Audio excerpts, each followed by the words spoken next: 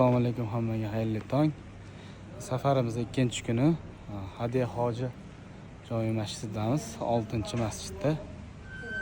Mana Hadiya hoji masjidimiz haftalada Shaldiramo masjidi deyiladi.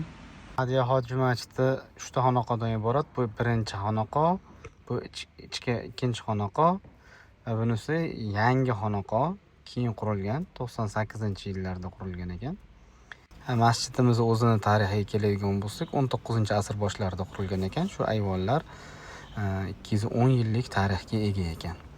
Hozirgi kunda UNESCO'ni tasarrufiga o'tgan ekan. Shu taraflar qanday bo'lsa, o'sha qurilgan paytida shunda saqlanib qolingan. Bu xonaqolar yangi qurilgan. 1,5 mingga yaqin juma kunlari tashqi hovlilar bilan 4 mingga yaqin namozxonlarni o'z ichiga olar ekan. Kuzatishda davom eting. Albatta siz ham mahallangizdagi masjidingizda mehmon bo'laman. Like, podpiska bosib, qo'llab-quvvatlab tursiz, juda ham xursand bo'laman.